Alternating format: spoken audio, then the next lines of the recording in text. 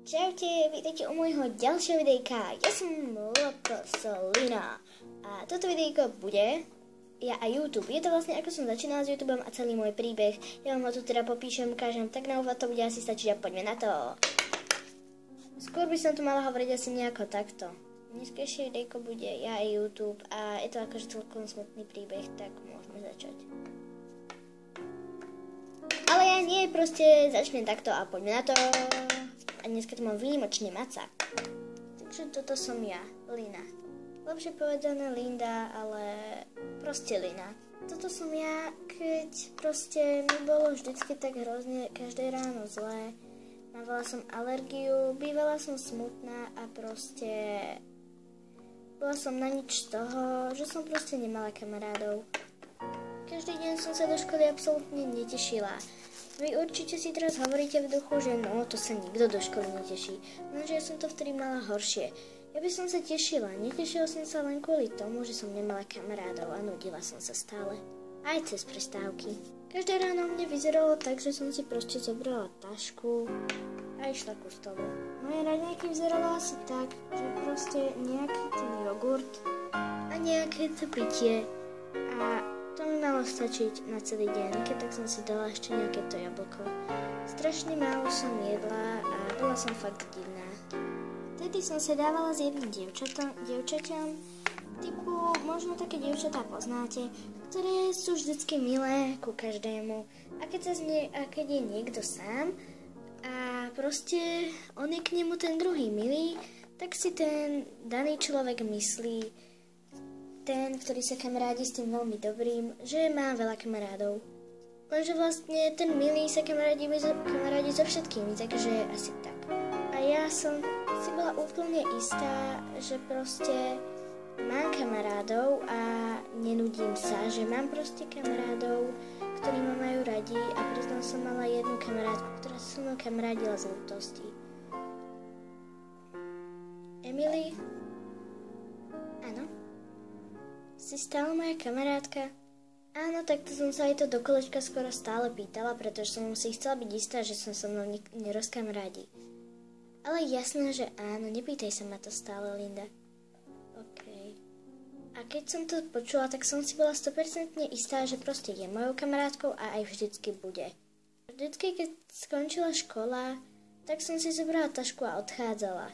No k tomu sa ešte dostaneme. Cez prestávky proste odišla za inými kamarátkami. Ostala som sedieť a tvárila som sa, že sa bavím. Napríklad som si vytiahla desiatu a jedla som, alebo som si vytiahla knihu a čítala som si a vždycky som sa tvárila, že som zaujatá a že teraz kamarátov proste nechcem. A keď skončila proste škola, tak som vždycky proste iba tak odchádzala sama, úplne bez všetkých a všetci sa tak pekne bavili. Všetci chodili po takých tých, poznáte to, veľké dvojice a kamarátky. Raz som došla domov a ako obvykle som šla na mobil a pozerala všeličo. V mojom prípade to bolo to, že som si pozerala fotky pečopákov a zrazu mi tam nahodilo. Proste som si tam pozerala pečopácké fotky a chcela som dogy a všetko toto. Tak som potom strašne túžila, že proste som tam vyhľadávala pečopákov a objednávala si ich, aj keď som vedela, že mi nikdy neodpíšu. Aj keď som si pozerala nejaké tie na tých bazároch a všetko toto. Zraz sa mi tam dalo, že pečopácké videá. Tak som to stlačila a bol tam YouTube. Vôbec nevedela som, čo to bolo, tak som to stlačila. A videla som tam debiliny, tak som si to púšťala, ja vôbec neviem prečo. A pozerávala som to úplne stále. V kuse a v kuse. Vždycky som si to tam dávala a ukladala som si tie videá do súborov a všetko toto.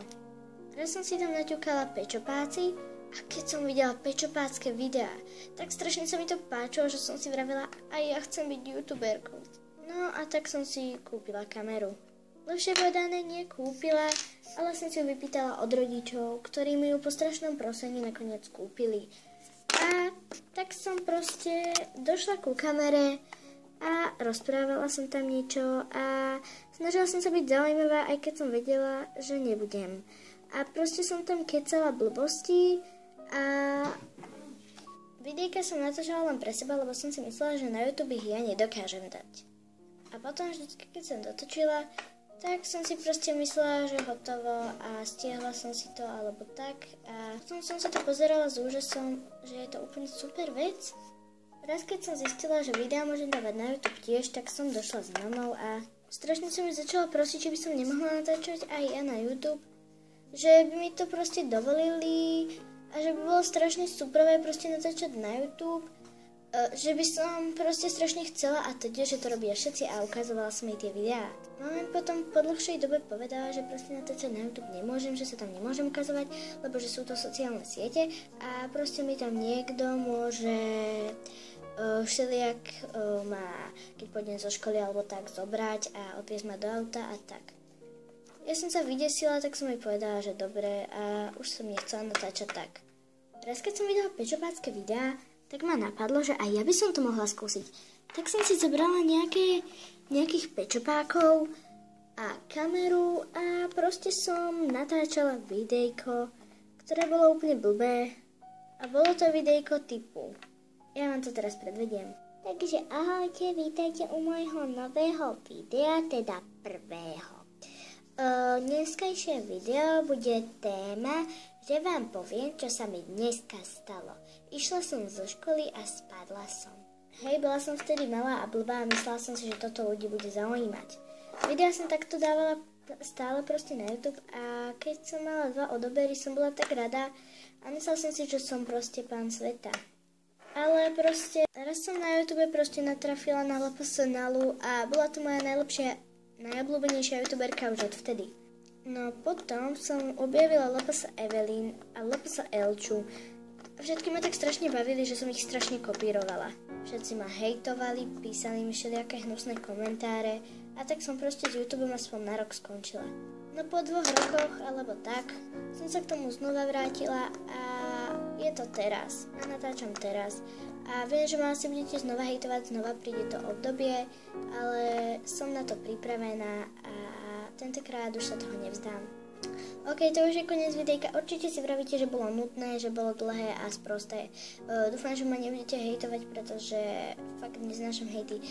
Nechcem znova skončiť, celkom ma to baví a už vás budem vážne ignorovať, pretože proste tí ľudia, čo vedia hejtovať, sú fakt hnusní.